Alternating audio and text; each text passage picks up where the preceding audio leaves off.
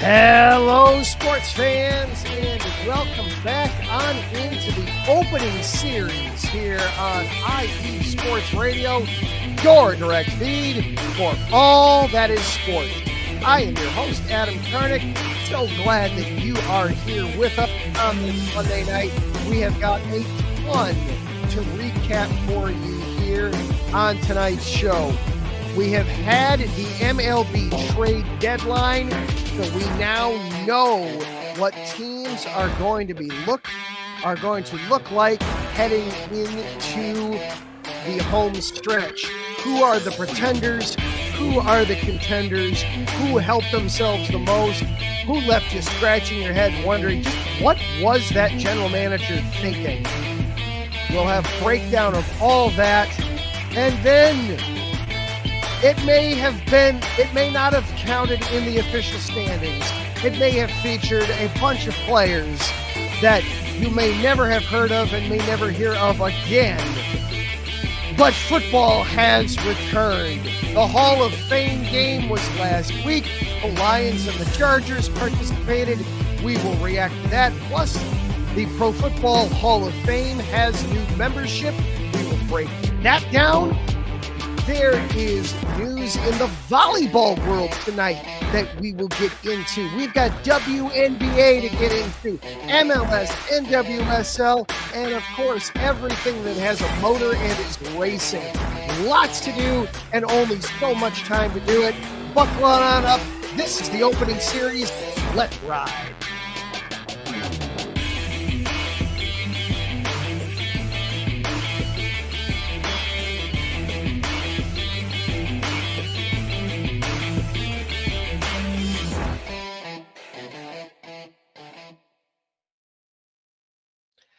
And hello and good evening. Welcome on into the latest installment of the opening series here on IE Sports Radio, your direct feed for all that is sports.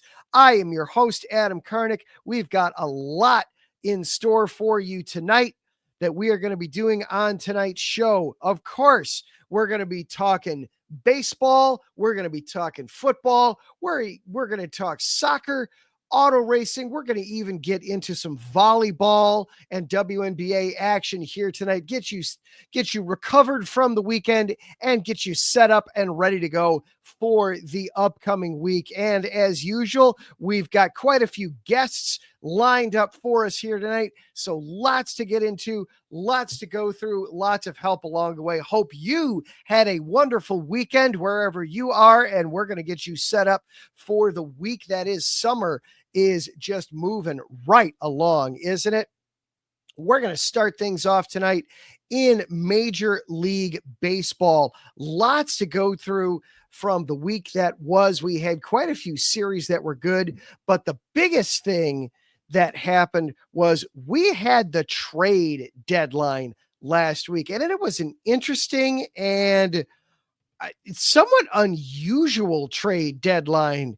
Frankly, it to me, it looked like there weren't a whole lot of teams willing to make moves, willing to dive in and really wanting to set the stage for themselves for trying to set themselves up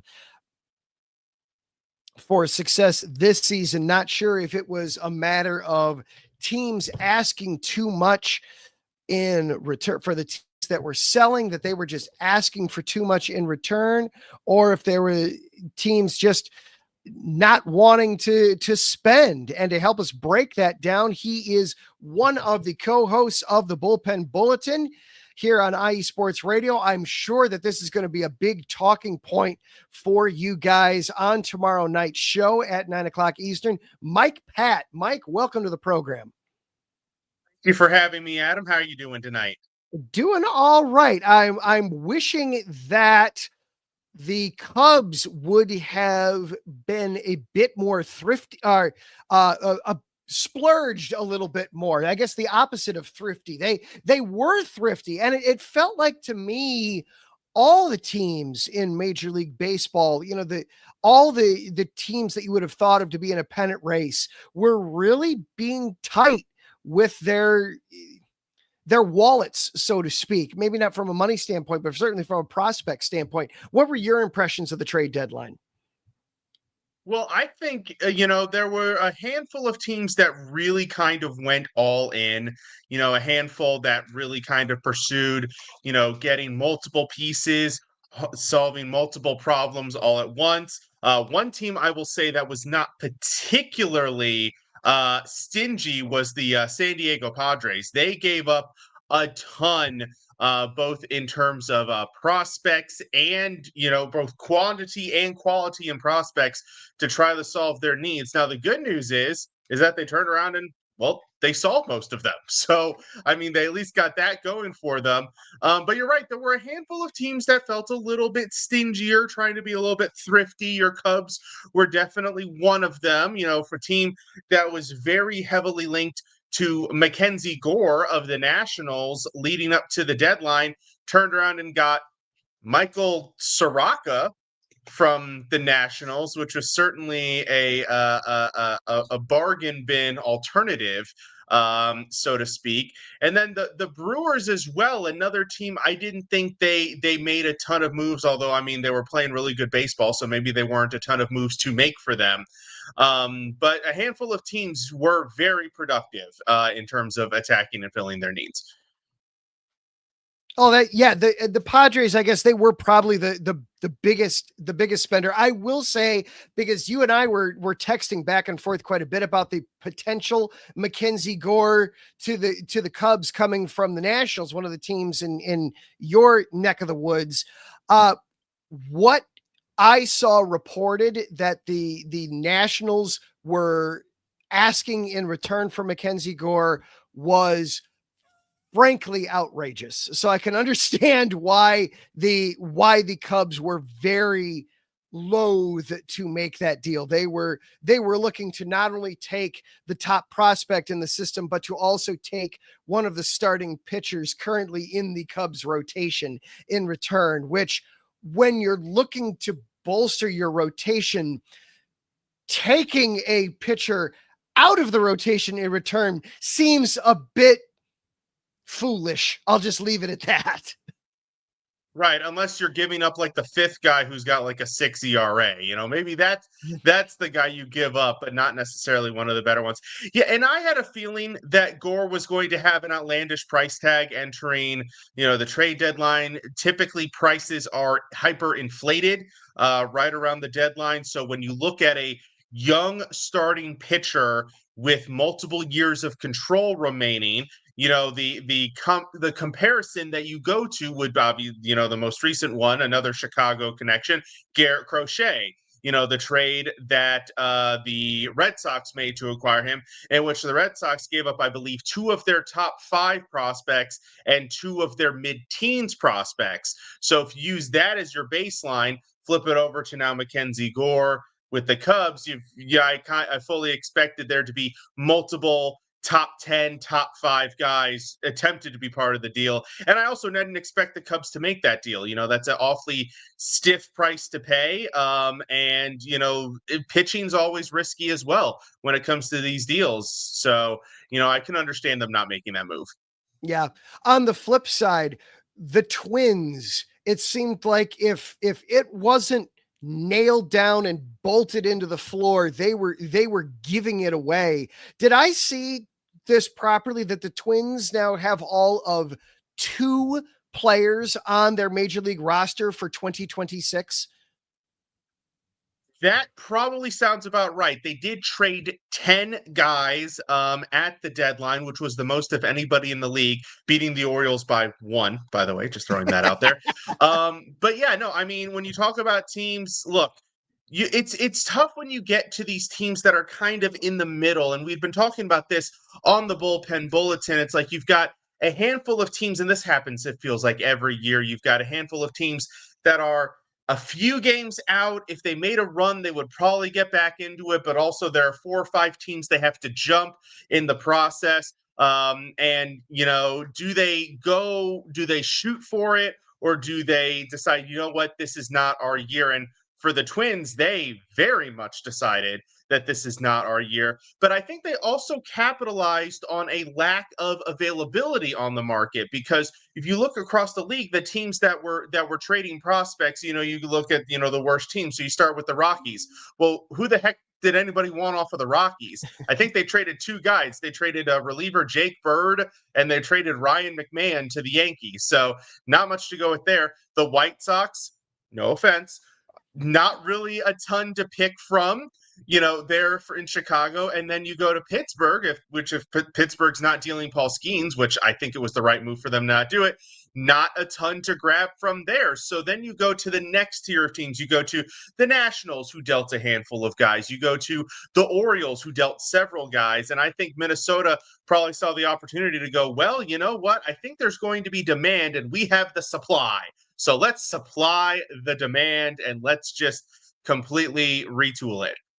Yeah, and the White Sox, they did trade away Adrian Hauser, which was a smart move.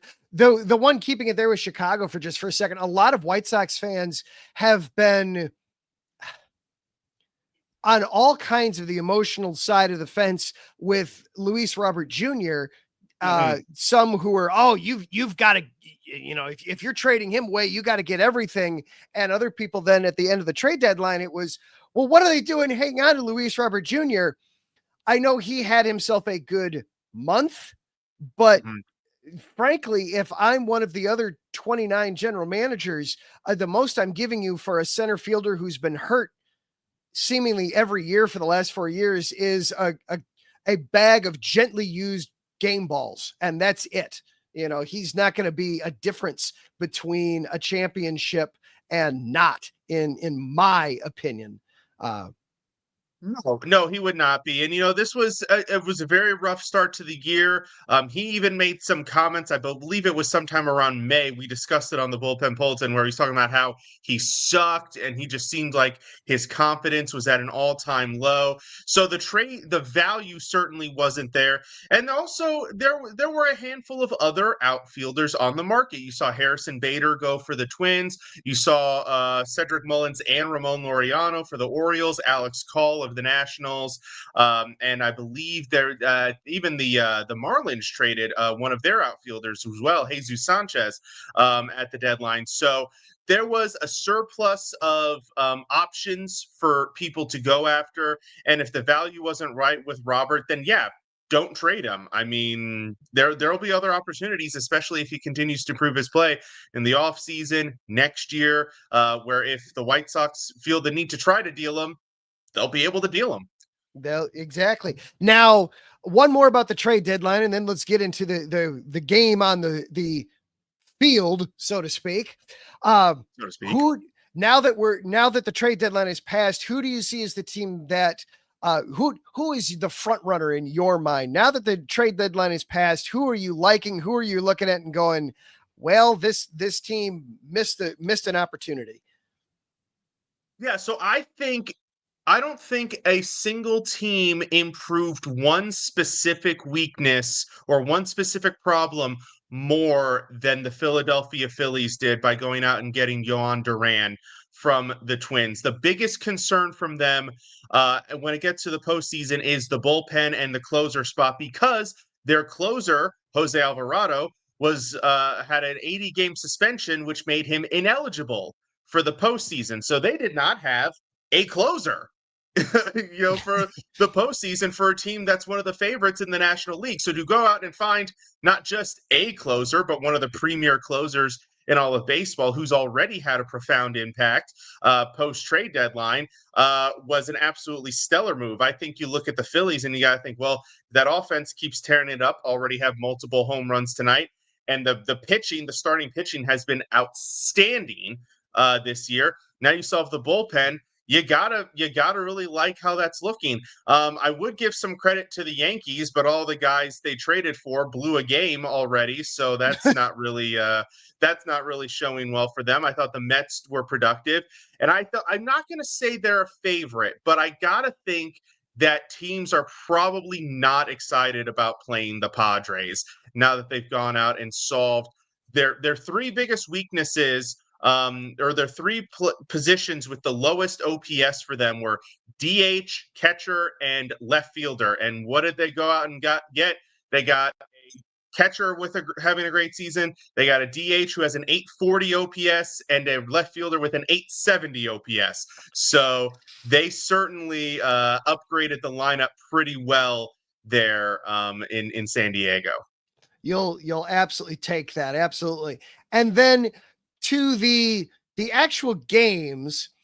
So the MLB did something that in theory, I love the idea.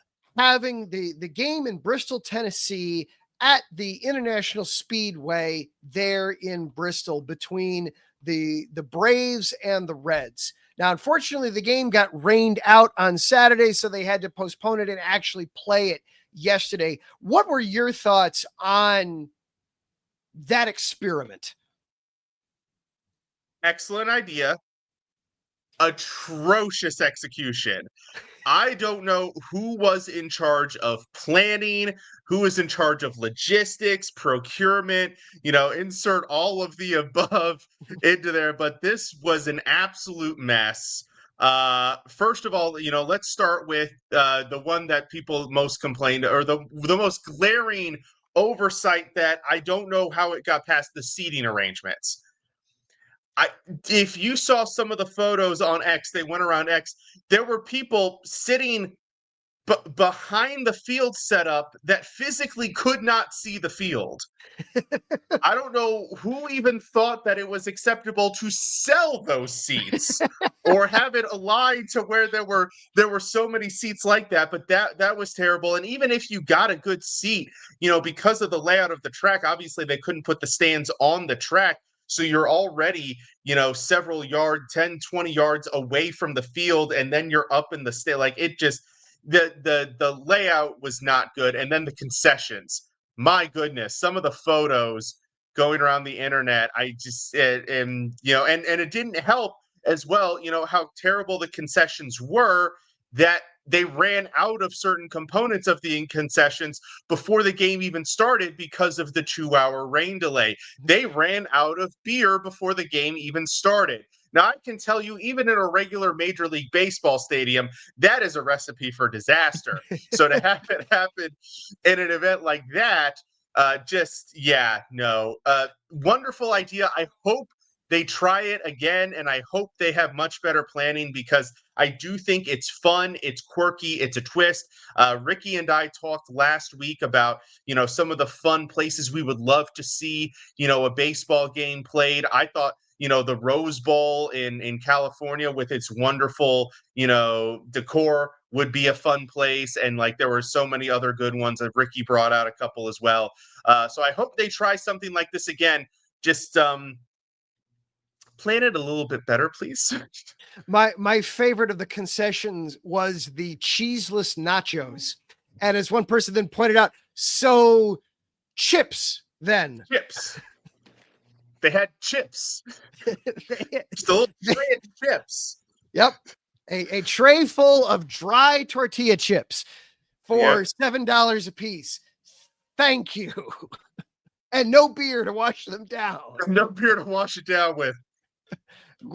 Great job, guys. But well, Mike, thank you so very much for hopping on. Bullpen Bulletin tomorrow night, 9:00 Eastern, correct? Yes, sir. All right, we will be sure to check in and see you there. Oh, I like this idea from Josh Ritter to put one in the big house in Michigan. Another one I thought of was the horseshoe at Ohio State, and have the field oriented to where you could hit home run balls through the opening. Oh, in the horseshoe, and you could maybe have fans out in the concourse.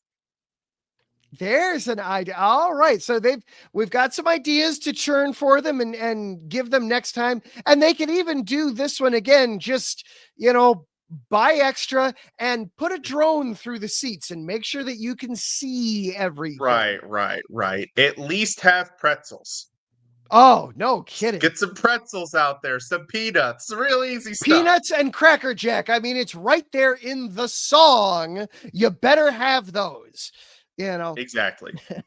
Well, Mike Pyatt, Bullpen Bulletin, thank you so very much for hopping on. Thank you for having me, and good luck to your Cubs the rest of the way, Adam. I still think they can overcome those Brewers. I hope, gosh, I hope so. We gotta have a conversation about that one of these times. We will, Indeed. we will catch you Absolutely. later. All right. Have a good one. That is Mike Pat Bullpen Bulletin here on IE Sports Radio. You catch him and Alden and Ricky every Tuesday night right here at 9 o'clock. Well, we're going to stay with the theme of baseball as we bring in another one of our insiders here real quickly. He is the Pittsburgh insider here on IE Sports Radio, Ralph Calise. Ralph, thank you. Welcome to the program. Good evening, Mr. Adam Karnik, and thank you for having me on, sir. You're welcome. Now, the reason we got to bring you on is twofold. We're going to start with baseball first, though, because the Pirates were part of one of the strangest games I can remember taking place in a normal setting and everything, as they were playing the woeful, miserable Colorado Rockies over the weekend. They got out to a 9-0 lead on Friday night and then proceeded to lose the game 17-16. Now, I got to think, first of all, Paul Skeens has got to be sitting there somewhere going, guys, I haven't gotten 9 runs in totality in the entire month of July. So where has this been, first of all? And second of all, how did they then turn around and lose that game to the Rockies? Well, that right off the bat there, what you said about Paul Skeens, that's disgusting. I'm sorry just to put it that way, but that's disgusting. The guy pitches his heart out every game. He's in every game. I mean, he lost his last game. He gave up 4 runs, but it was no decision. But yeah, I could just imagine him sitting him in the dugout, scoring 9 runs in the first inning, and then going on to lose the game. I mean, oh man. I'm just going to give you a quote from Don Kelly. Go for it. This is great. This is great. He said they asked him about the 9-run lead, and you could just see the exhaustion on his face. He's like, scoring 16 runs isn't enough. What is? And then he paused and he said, 17 for the Rockies. I saw that quote and I was just like, you can't put it any better. You can't put it any better than that. I mean, the Pirates, they started out with, in the thin air there at Coors Field, and they turned it into like a rail fight there with 10 hits, 9 runs in the first inning. I mean, it was a battle of 2 of the worst teams in baseball, 5-5, but it actually turned out, I think, to be the game of the year so far. And certainly one of the craziest ones. I'll tell you, I was out in Latrobe for the Steeler training camp. So I was able to watch the game on a live Pittsburgh feed out there. And man, the announcers, you could just hear it in their voice, the excitement in the first inning, 9-0. The Pirates score in the first 3 innings, and then the Rockies turning everything around and scoring in the last 3 innings when the Pirates didn't score. And you could just hear you just hear it in the announcers' voices during the game. The ups and downs, the emotion. It was like a playoff game, Adam. It was just crazy. And it turned out to be a football score. I mean, yeah, go ahead. I'm sorry. It was certainly one of the more bizarre games of the Major League season. And as you said, it was a football score, which that allows us to then transition quite smoothly and nicely. You said that you were at Steelers training camp. Yes, the NFL season is now upon us. We know that for a lot of ways, but one of the biggest is, of course, that our very own Larry B is hard at work and doing the 3 and Out show. We had 8 divisions in one gigantic, massive day last week. I still think Larry is recovering from that, doing an 8-hour shift of just talking football. But you were there at Steelers training camp. You got to see Pat McAfee. You got to be on television. You got to see everything up close and personal. How was it? What were your takeaways? I'll tell you, Adam, I've mentioned this on many of the shows when I did the Yinzer report for Pittsburgh, for the Steelers. If there is one thing you can do in your life, if you're a football fan, you must go experience your team's training camp. It's totally different vibe. You're so close to the players, the coaches, the action. I mean, people just like they take it. They take it in. It's like sometimes some days are even better than being at like a live game. You're sitting in the stands. You're like right on top of the players. You hear everything. You hear all the coaches yelling and what's going on. I actually had a great time this year. I actually saw 3 fights, which I rarely never did. And oh man, it was crazy. And Tomlin is just standing there taking it all in with his hands folded like this, like, yeah, guys, fight it out for your position on the job. And the coaches are trying to break things up. And it's just a crazy scene, crazy scene. I advise anybody, if you can, go see your team's training camps. It's well worth it. As I documented on my video there for IESR Pittsburgh, it was my 28th straight season going to Latrobe, and of course, now I live in New York, so minus COVID. But yeah, it's been 28 great years of fun, and that's like part of my vacation, that I go on. But I go with a friend and my son, so it's just great. It's great to it's great. It's a great experience. Well, I'm glad you were able to go. I'm glad that you enjoyed it and glad that you were able to have a good time with it. Ralph Calise, Pittsburgh Insider here for IE Sports Radio. Thanks for hopping on with us tonight. I really appreciate it. We will definitely have you more as the season progresses. Adam, if I can, just one more point on the game with the Rockies and the Pirates. The winning pitcher was Colorado. He pitched 2 scoreless innings. It was his Major League Baseball debut, and he got the win. And I saw that today when I was looking it up. I was like, damn, he pitched 2 scoreless innings, and that was his Major League debut, and he got the win. Hey, you'll take that every day of the week. That special memories right there. And one other thing towards you with your Chicago Cubs, I tell you, I saw that I sent you that video with Ryan Sandberg with the three old players, Sutcliffe, who was a Sutcliffe, Dunston, and the other guy's slipping my mind. And that was just some tribute to Ryan Sandberg with that second base like that. I mean, I was a big Ryan Sandberg fan growing up, and we kind of like are in the same boat with Pittsburgh and Chicago. We just had Dave Parker pass away weeks before he was inducted into the Hall of Fame. And man, I felt that. I felt that hard when they did that tribute to Ryan Sandberg, and he beat the cancer, and then I guess that's what got him in the end. And man, I just want to say rest in peace to Ryan Sandberg.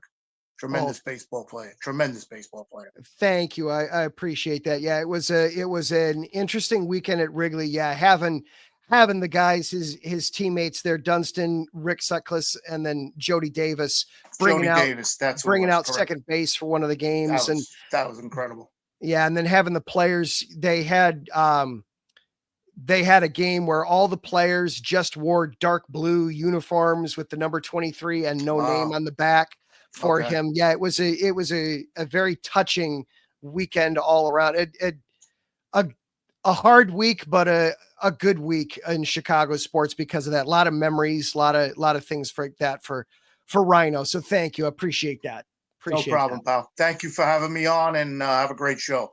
All right. Well, thank you. That is Ralph Calise. He is a Pittsburgh Insider here on IE Sports Radio. Got to talk some Pirates and some Steelers. We're going to continue the NFL talk now. Bring on another insider, Taryn Rodriguez. He is one of the LA sports insiders here for us, and also the host of Set Point talking volleyball. So we're going to double dip with Taryn tonight as well. But first of all, Taryn, welcome on. Thanks for coming on tonight. Thank you, Adam. Thank you for having me. I appreciate it. And it's an honor to be on and make my debut when it comes to this show. Yeah. Well, we've had you on lots of things before too, but first time for the opening series. So appreciate that. Well, let's start with the Hall of Fame game. The Chargers beat the Lions 34-7. My Bears got to take part in this game last year. So I know from my perspective, what was your perspective seeing your team out there in the Hall of Fame game? Well, when it comes down to it, I mean, I'm just glad we got football back. I mean, I know it's just preseason and whatnot, but honestly, I personally am happy we got some sort of football and whatnot. So I just was happy to see players take the field and whatnot. I didn't really think too much of it just because it's a Hall of Fame game, and I'm not too big on preseason, but I'm just happy we have football back. It's a great feeling. Yeah, absolutely. But then, the big reason for the game, of course, is we have the new Hall of Fame class and a player that you're, of course, familiar with, Antonio Gates, becoming the first Hall of Famer to have never played football collegiately. Talk about Antonio Gates for us for a minute. Oh, Antonio Gates was Mr. Reliable when it came to the Chargers. I mean, many will say that who is the best tight end in the NFL historically. It's got to be Antonio Gates. I mean, everyone obviously will say maybe Tony Gonzalez or Rob Gronkowski or anyone else, but I think it's got to be Antonio Gates. I mean, he was just butter when it came. He was unguardable. He was just butter when it came to catching passes from either Drew Brees or Phillip Rivers. So I think he was just a fantastic joy to have on the Chargers. There's no one more deserving than him in terms of making the Hall of Fame. And I didn't even know that at first until I saw the Hall of Fame ceremony. I was like, wow, dude, that's incredible. So congratulations to Antonio Gates. Got to get me in an Antonio Gates jersey.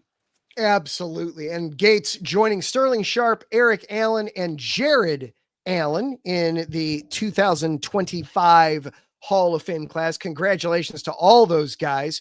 To break down more of football, of course, it is football season. We all know that means that Larry B and 3 and Out will be back. So be sure to check out iesportsradio.com this weekend.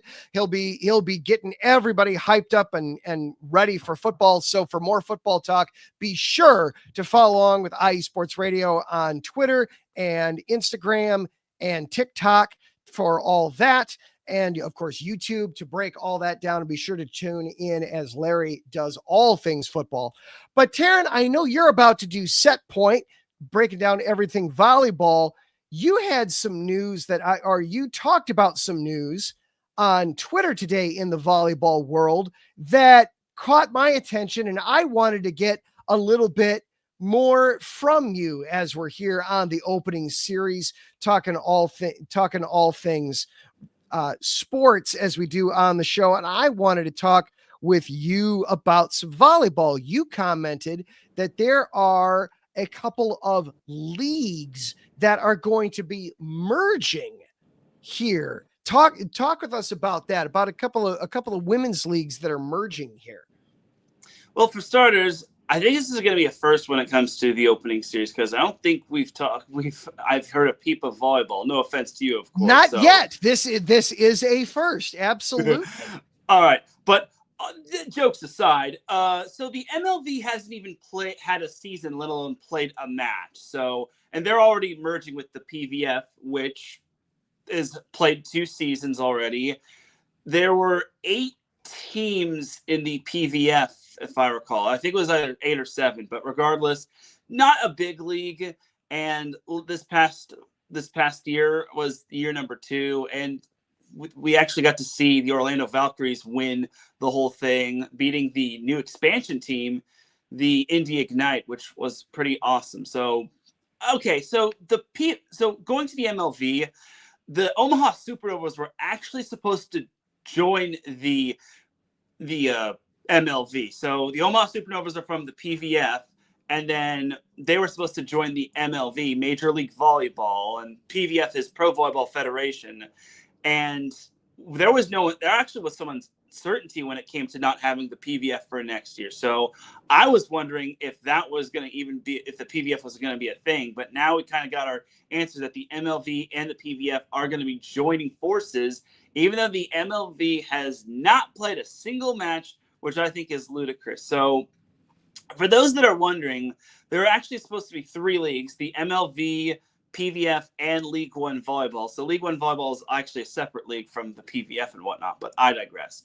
But now that the MLV and the PVF are going to be joining forces, This is going to be slated in 2026, and it's going to have 8 teams. So contrary to what I said, there was actually 7 teams in the PVF last year, and there's not going to be any Las Vegas Thrill, because the Las Vegas Thrill aren't going to be part of the PVF this year, but 2 more expansion teams will be coming to the MLV/PVF, and I think one of which is from Northern California, because I did see that part of the deal was from Sacramento Kings owner Vivek Ranadive, and as well as other investors such as Omaha Supernovas founder Danny White, Olympic gold medalist Kerry Walsh Jennings, and recording artist Jason Derulo. So there you go. Interesting. So this league hadn't even played a match yet, and yet had enough cachet to get itself absorbed in with another league. That's remarkable to me. That is remarkable. Well, I know that you have your show to prep for, so I'm going to let you go do that, but that is fascinating. I will have all kinds of follow-up questions for you on that while you are doing Set Point. That is very interesting. That is fascinating stuff there. For those that don't know, I am very much into the behind the scenes stuff that goes on with leagues. So that is fascinating to me, that they had enough cachet and pistache there to get themselves absorbed without even having played a match yet. Yeah, so, this was just boggling to me. I was just like, what? And some are even saying that this is like unbelievable and whatnot. And it just doesn't, the math isn't mathing. How do you merge with something when you haven't even had something to begin with? Like, yeah. Interesting. Well, Taryn, thank you so very much for hopping on today and giving us that little tease for your show. I am sure you're going to be discussing this plus other things on Set Point here in about 20 minutes. Mm-hmm. One more thing, Adam. I know you're a Chicago guy. Put this probably on your calendar if you don't have any plans. August 30th and the 31st is the AVP League Championship. So basically beach volleyball. I know you're also kind of a beach volleyball guy. I am a beach volleyball bum. Illinois, and that's the 2nd annual AVP League Championship. It's going to be fun. 6 teams will be partaking in it. Unfortunately, there's no team from Chicago yet, but I just wanted to throw that out there just because I know you're a Chicago guy, and I know you also like beach volleyball. And yeah, beach volleyball's coming to the Windy City. I love it. Well, I tell you what, Taryn, if nothing else, we will have you on then the Monday after that to help us break that tournament down. Mm-hmm.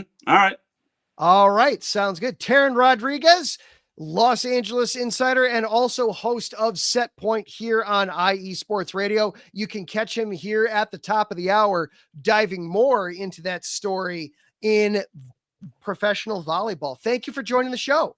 No problem. Thank you for having me, Adam. Peace. All right. That is Taryn Rodriguez. You can be able to catch him here right in about 20 minutes. We are going to take ourselves a break here on the opening series. When we come back, we've got stuff from the WNBA. We have got MLS, NWSL, and of course, anything that has an engine. This is the opening series on IE Sports Radio, your direct feed for all that is sports. We'll be right back after this.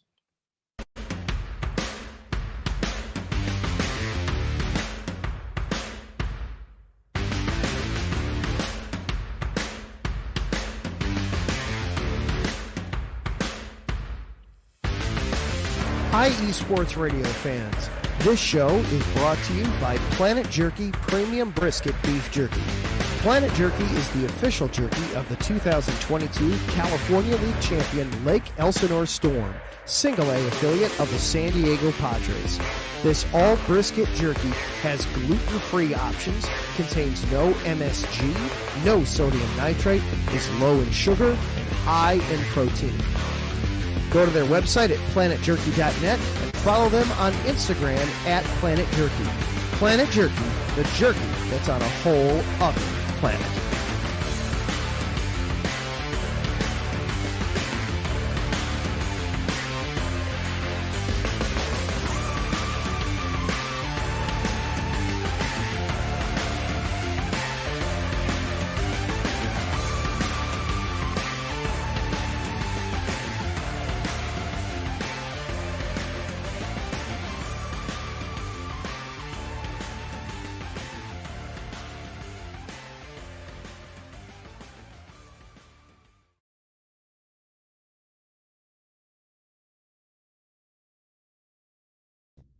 rise and shine.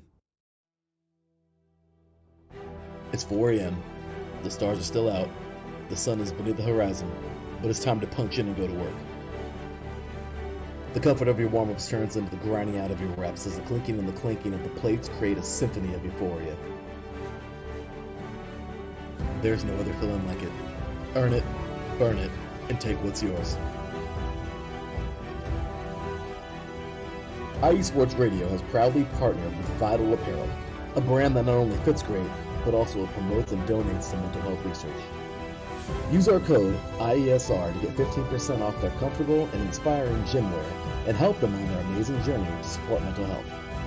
Go hard, take part in your iron therapy, and be strong. Because when your mental health is as strong as you are, there's no telling how far you'll go. And welcome back to the opening series here on IE Sports Radio, your direct feed for all that is sports. I am your host, Adam Karnik. Glad that you are here with us. We had a bunch of guests to get through the first half of the show. It was fantastic. Loved it. Now we're going to just kind of sit back and be you and me here for the next 15 minutes or so as we blast through some different events and some different sports from over the weekend. We are going to start in the Women's Association, the WNBA, some big series from over the weekend. The Indiana Fever keep doing things without Caitlin Clark there.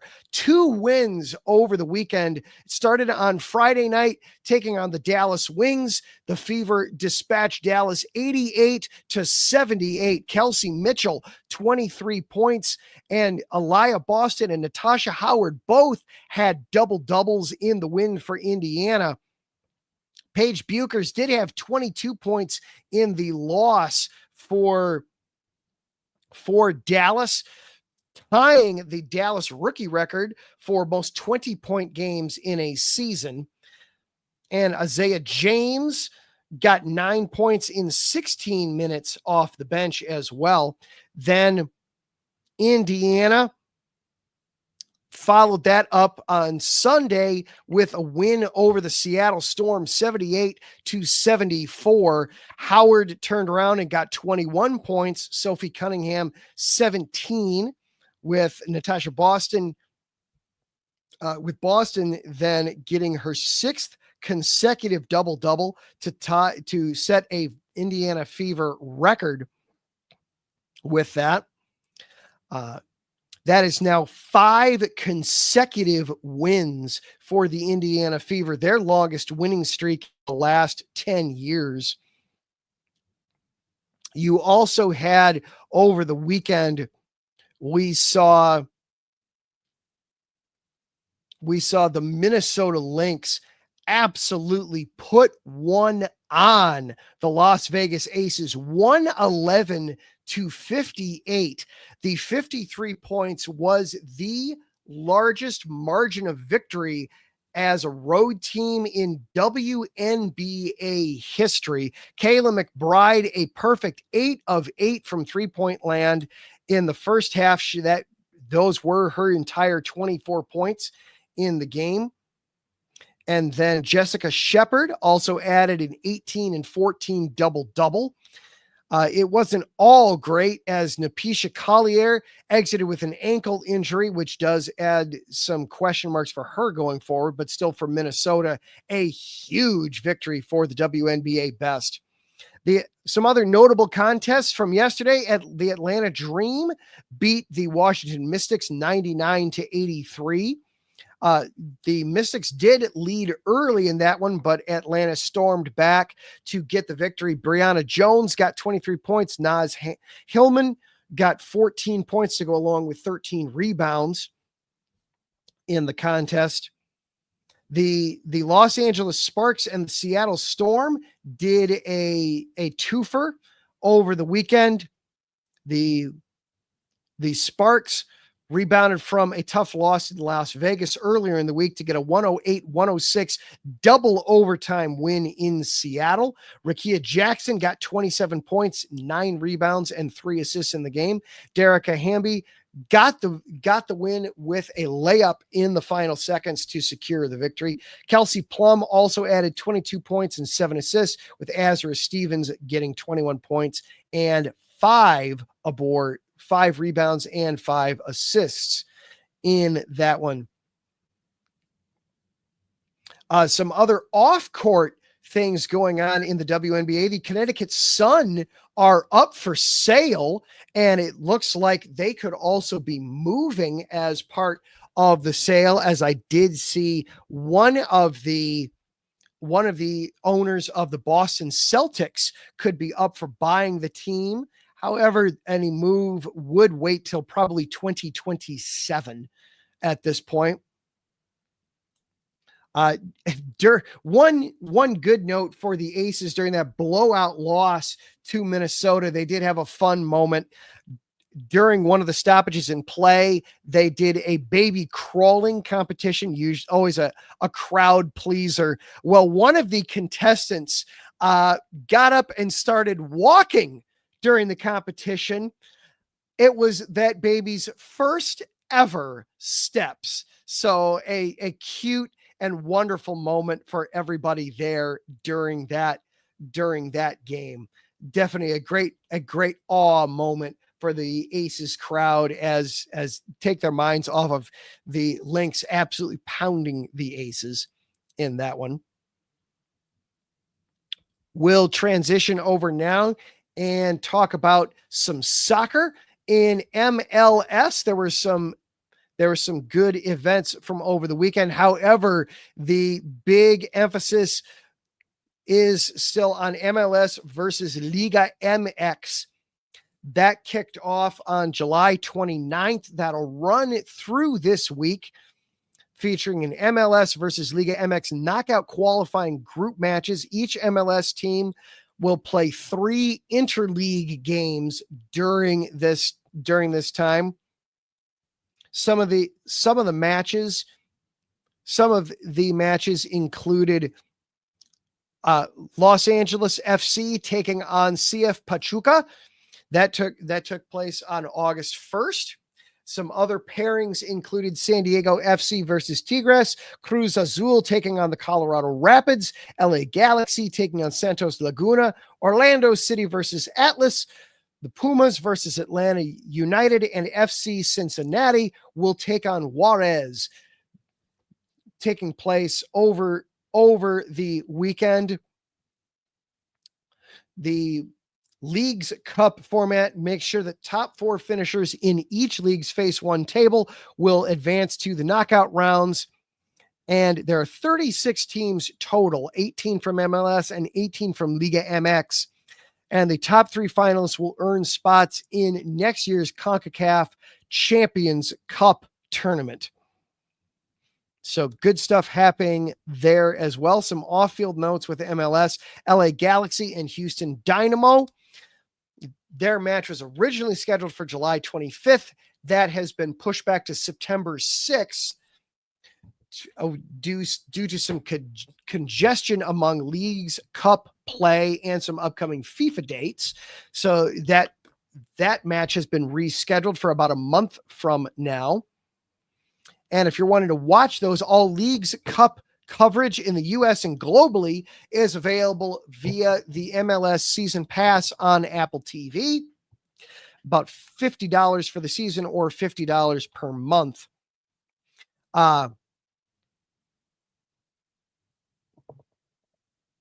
And then NWSL action from over the weekend.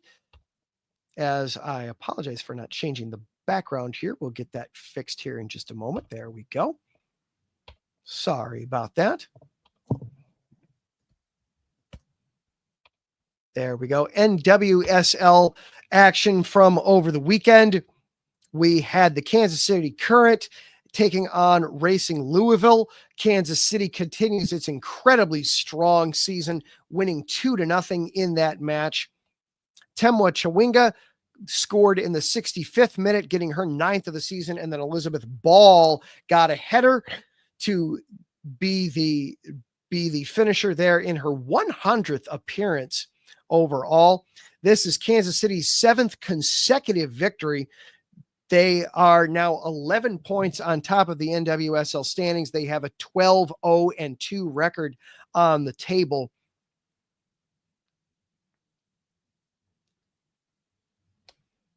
And elsewhere, the Washington Spirit and the Portland Thorns. Yesterday, Trinity Rodman made her return from a back injury, and she came in the 76th minute and scored in stoppage time to clinch the winner 2-1 for the Spirit over Portland in that one.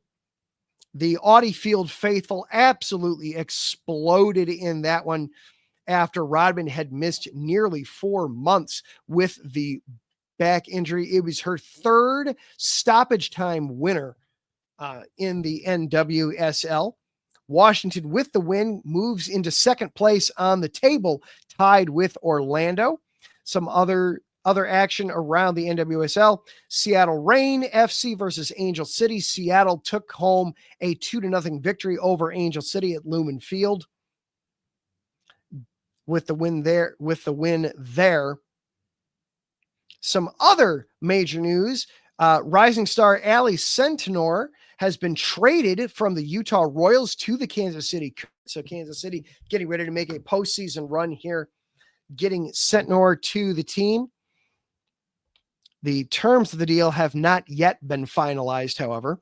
And Denver Summit FC made its first ever roster move. They will begin play next season by acquiring forward Allie Watt from the Orlando Pride. She remains on loan to Orlando throughout the rest of this season.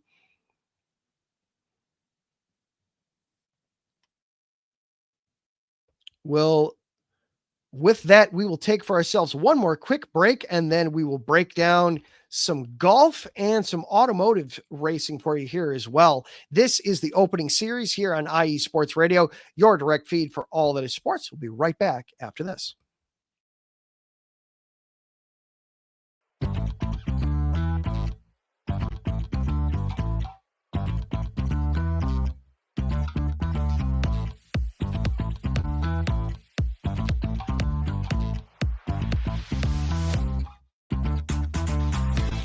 Hey there, IE Sports Radio fans. Be sure to check out our sponsor, Seal the Deal Wax Seals by Cecilia B.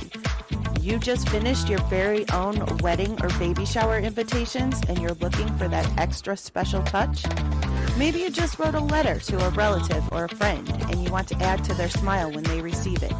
Then seal the deal with Cecilia's handmade sealing wax stamps for your invitations, letters, and gifts. You bring the deal, we'll bring the seal. You can find them on Instagram at sealthedeal_wax stamps and on Facebook, Seal the Deal Wax Seals.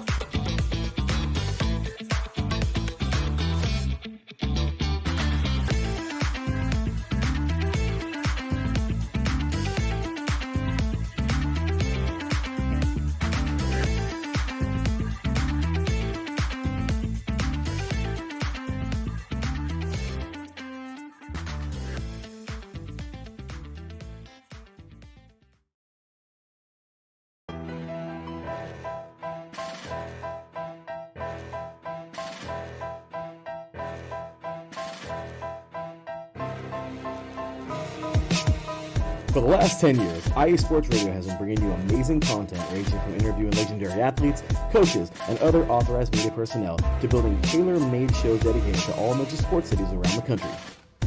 Make sure to follow us at IE Sports Radio on X, Instagram, Facebook, TikTok, and YouTube to keep up with the latest in sports and with all of our shows. Also, make sure to check out our daily updated website at iesportsradio.com. At iesportsradio.com, you can see our daily show schedule and check out all of our show pages with personal bios to learn a little bit more about each of our awesome hosts. In addition to our show pages, you can catch the IE Sports Radio blog, Hall of Fame, Fans of the Month page, and our merchandise shop, including t-shirts, tank tops, caps, long sleeves, hoodies, and more. For now over a decade here at IE Sports Radio, we've continued to be by the fans, for the fans, and we thank you all for your support and for making IE Sports Radio your direct feed for all that is sports.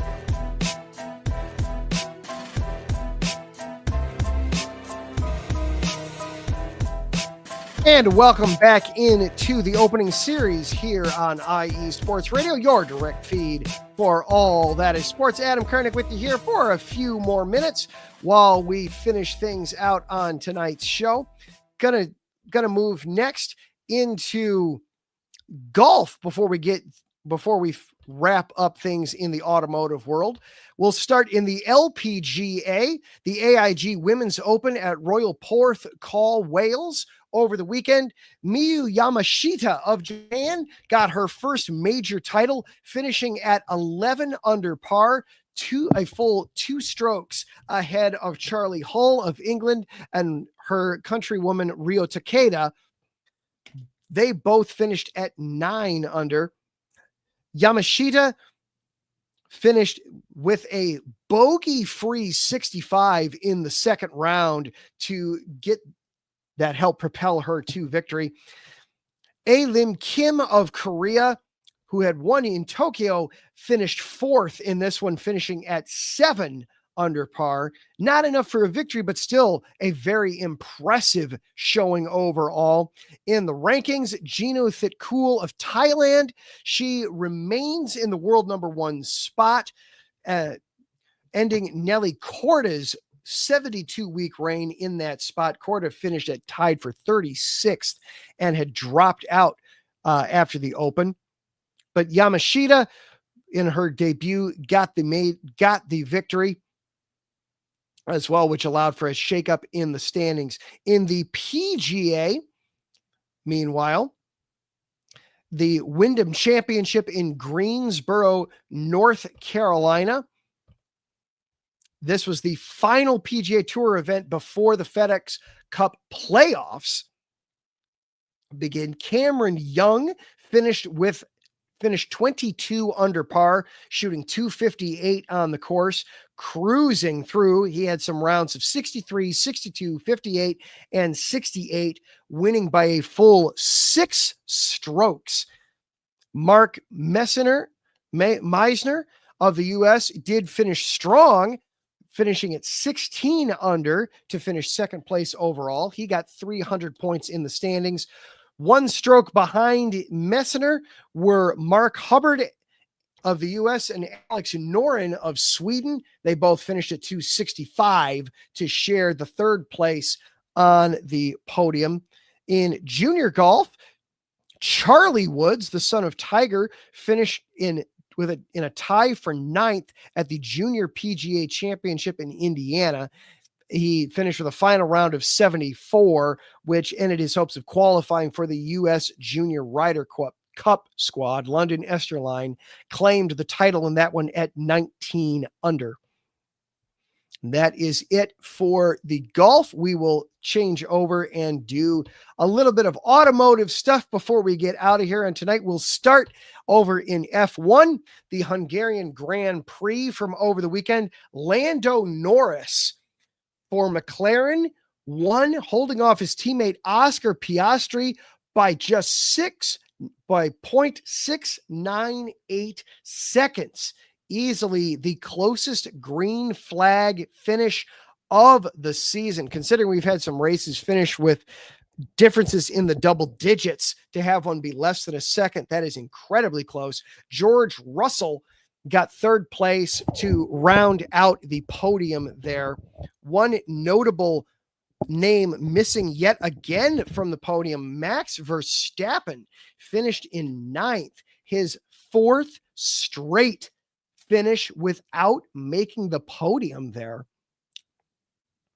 Piastri does stay on point in the overall championship lead. He has 284 points. Norris is, however, just 9 points behind him now as they head into the break. Moving on then to IMSA racing,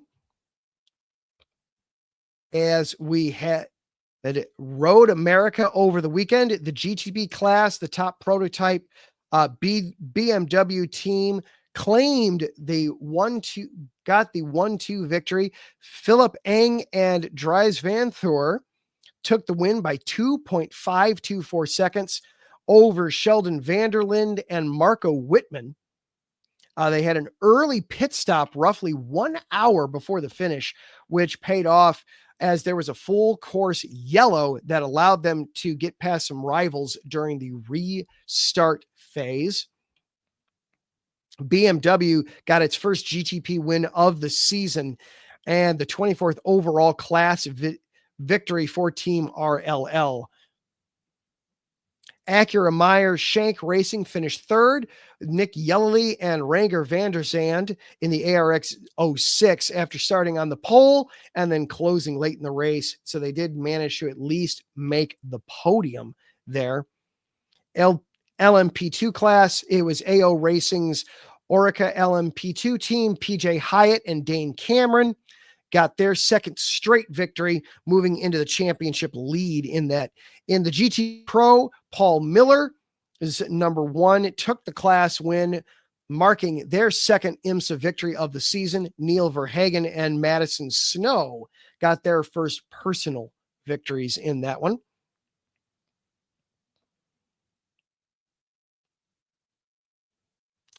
In NASCAR, it was the Iowa Corn 350 over the weekend out in Iowa.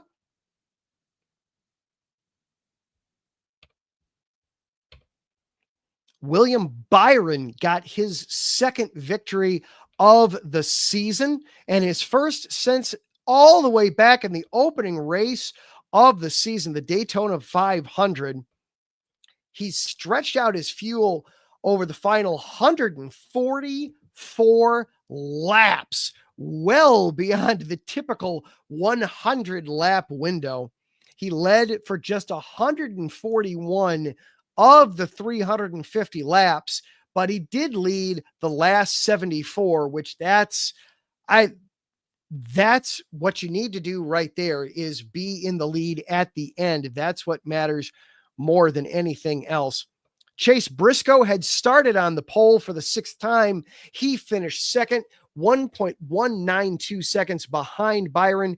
Brad Keselowski finished third. He won both of the first two stages, but fell short in a final fuel gamble there as well. Ryan Blaney was fourth, and Ryan Preece rounded out the top five. There were 12 caution periods. Ultimately, 72 laps were raced under caution. Byron's win moves him into the top of the regular season standings. He's got an 18-point edge over his teammate Chase Elliott. The Denny Hamlin finished just out of the top 10, finishing 11th. He now falls back into the low 20s in the overall standings. That is going to do it for us. Oh, as I say that, wait a minute. As I say all that, look who is deciding to jump in right here at the end. It is Larry B. Hey! Hey, boy, boy, your timing. I was about to hit the button and everything.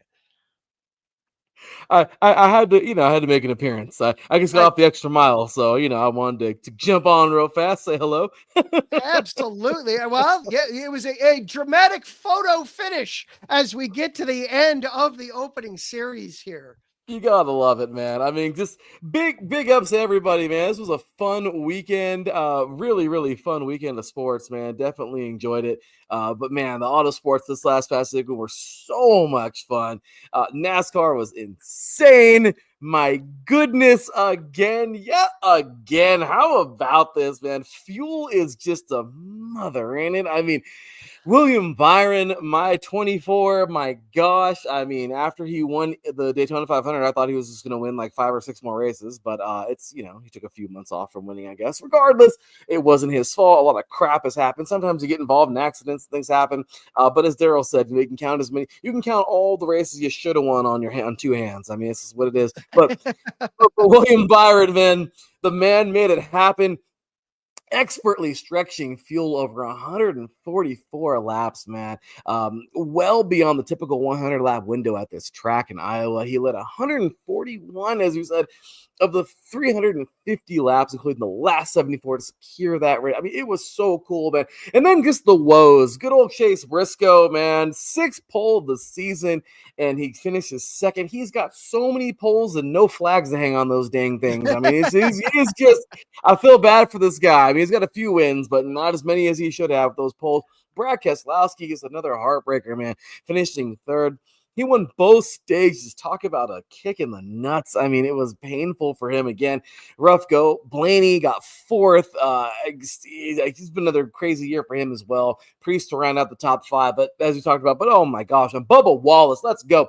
Homeboy was all but dead in the water, came back, okay, after some crap happened. And I'll tell you right now, man, I am so excited for him to be doing what he's doing, man. I mean, good old Bubba. It's exciting, and I'm really happy that he's been, able to do what he's done. I'm excited for him because I'm excited for Michael Jordan too. I want to see him do some great things. He's been doing some great things, but in his whole career, he's been great. But to see him be able to have a driver, that's there. I mean, Riddick hasn't been very, very, very good this year, unfortunately. But let's talk about with Daryl, because Daryl and I mean, I love it. Daryl and I come 2 different spectrums usually when it comes to sports and everything.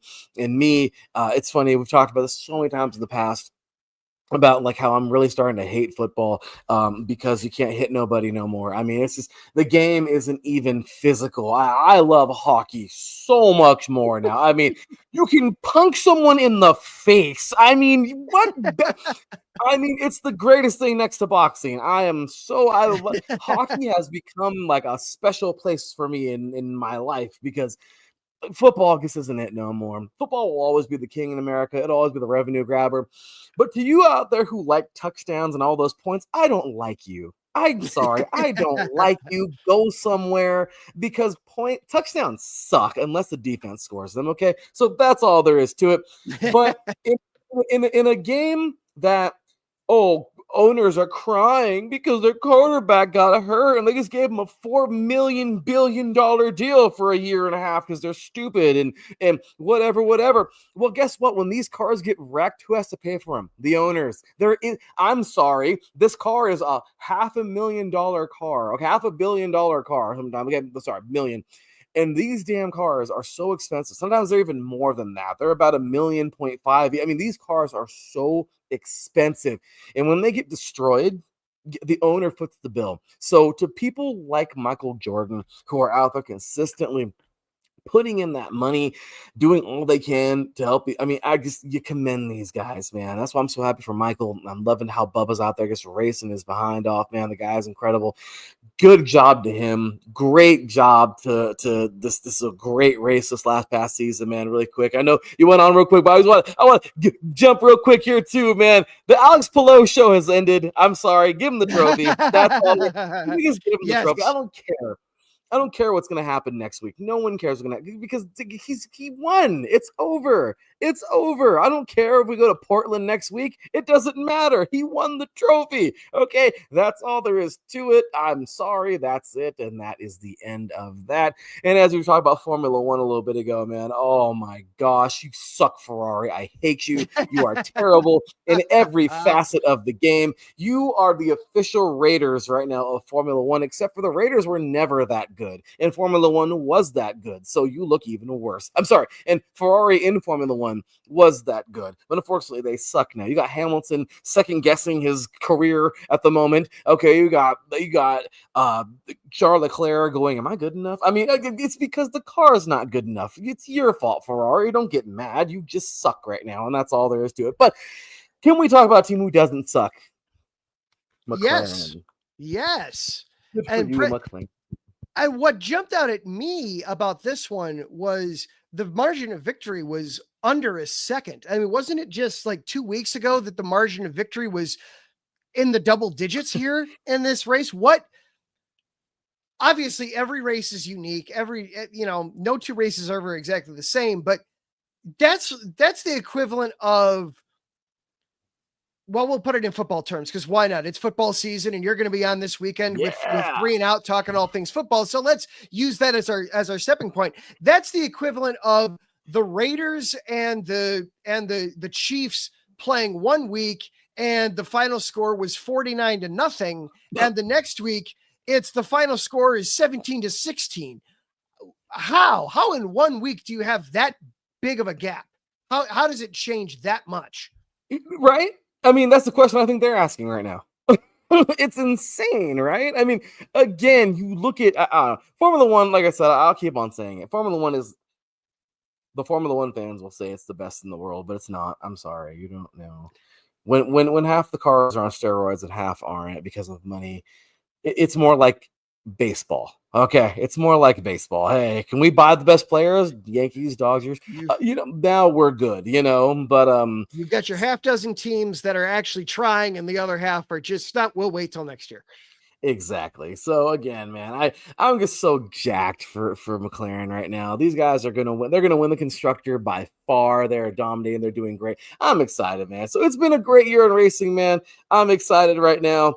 NHRA is looking fun. I mean, it's been great, man. Last past weekend, IMSA was awesome, man. At Road America over there in Wisconsin, close to your neck of the woods. So, I mean, it was a great race, man. We had a great time here in Road America. Hats off to that BMW finally getting it in prototype. We had Ferrari, what do you call it? The Orica LMP2 looked great in LMP2, obviously. I mean, if Ferrari won something in GTD, you know what I mean?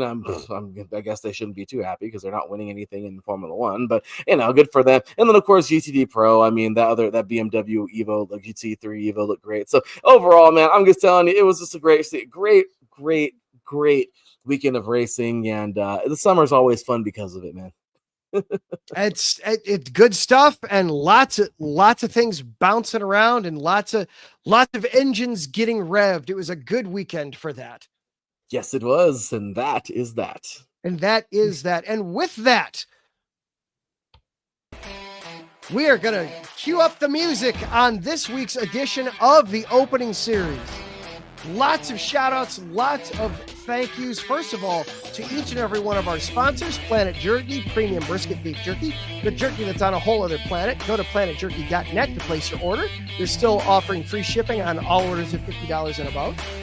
Thank you to Vital Apparel, the brand that not only fits great, but also promotes and donates to mental health research. When you place your order, use promo code IESR at checkout to get 15% off of your order there. Thank you also to Seal the Deal Wax Seals. Go to iesportsradio.com/seal the deal wax seals to place your order. Let's face it, there's going to be stuff still going out in the mail. You're getting in your last second Labor Day plans, that barbecue, that cookout. Maybe you're inviting all of your fantasy team league mates together via old school snail mail. Well, you need stamps to let them know that is from the commissioner. Cecilia will get you set up and taken care of with all that. Go to iesportsradio.com, seal the deal, wax seals. And then, of course, you can follow along with the station on TikTok, YouTube, and Twitter at iesportsradio. Be sure to check out iesportsradio.com. Thank you to all the guests tonight. Mike Pat, Ralph Calise, Taryn Rodriguez, and the one and only Larry B for hopping on the show this evening. Appreciate the support and everybody hanging out with us. Thank you to everybody who's watching the show live tonight across YouTube, Twitch, and Twitter. Appreciate that. Thank you to everybody, whether you were watching live or watching later as a podcast. I appreciate you being here. Thank you to everybody who's hanging out in the chat room with us as well. Next week, I will not be here. I will be on vacation, but be sure to check out iesportsradio.com for everything going on at the station and how the series will be rolling on. Right now, it is Taryn Rodriguez and Set Point, getting you caught up on everything happening in the volleyball world. Until then, for IE Sports Radio, I am Adam Karnik. This is the opening series. Have a great week, everybody. We will see you next time. Peace.